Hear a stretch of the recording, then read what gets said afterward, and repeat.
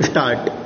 पीड़िता के पिता रामलाल ने दिनांक 30/1/2013 को प्रथम सूचना रिपोर्ट थाने में दर्ज कराई थी। उसकी 9 वर्षीय पुत्री साढ़े 6 बजे से लापता है।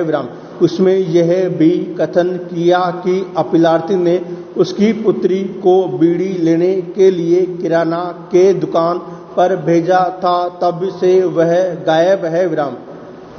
चई गांव माखन खंडवा के अनुसार पुलिस स्टेशन के तदनुसार FIR संख्या 38/2013 उसी दिन भारतीय दंड संहिता की धारा 363, 366 के अंतर्गत दर्ज किया गया। अगले दिन 2/2/2013 को खेत में पीड़िता का शव पाया गया।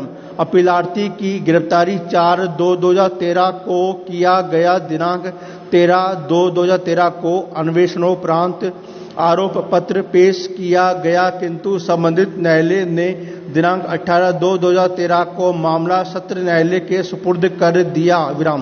अपीलार्थी की ओर से 18/2/2013 को कोई अधिवक्ता उपस्थित नहीं हुआ। अतः विधिक सहायता सेवा की ओर से दिनांक 19/2/2013 को अपीलार्थी की सहायता के लिए एक अधिवक्ता नियुक्त किया गया, किंतु वह उपस्थित नहीं हुआ।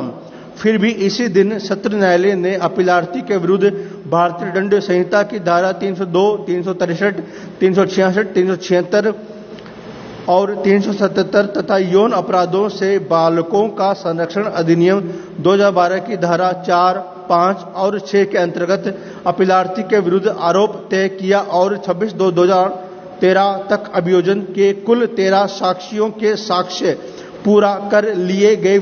इसके बाद 27 और 28 फरवरी 2013 तथा 1, 2 और 4 मार्च 2013 तक विचारण पूरा कर निर्णय सुनाया गया। दिनांक 4/3/2013 को ही विचारण न्यायालय ने अपीलार्थी को उपर्युक्त धाराओं में दोष सिद्ध घोषित किया और उस दिन दंडादेश के प्रश्न पर सुनते हुए अपना अंतिम निर्णय भी दे दिया, जो इस प्रकार है।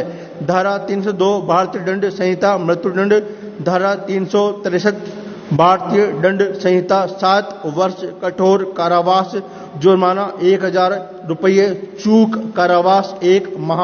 Paragraph change. धारा 366 भारतीय दंड संहिता 7 वर्ष कठोर कारावास, जुर्माना 1000 रुपये, चूक कारावास 1 माह।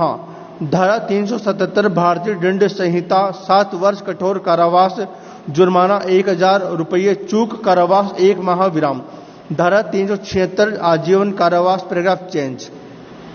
समान अपराध होने के कारण पॉक्सो एक्ट की धारा 6 के अंतर्गत कोई दंड नहीं दिया गया। तदनुसार मृत्युदंड की पुष्टि के लिए उच्च न्यायालय को मामला संदर्भित दंड संहिता की धारा 366 कर दिया गया। दूसरी तरफ अपीलार्थी की ओर से भी उच्च न्यायालय में अपील किया गया। उच्च न्यायालय ने भी आक्षेपित निर्णय दिनांक 27/6/2013 के द्वारा न केवल मृत्युदंड की पुष्टि कर दिया गया, अपितु अपीलार्थी की अपील भी निरस्त कर दिया।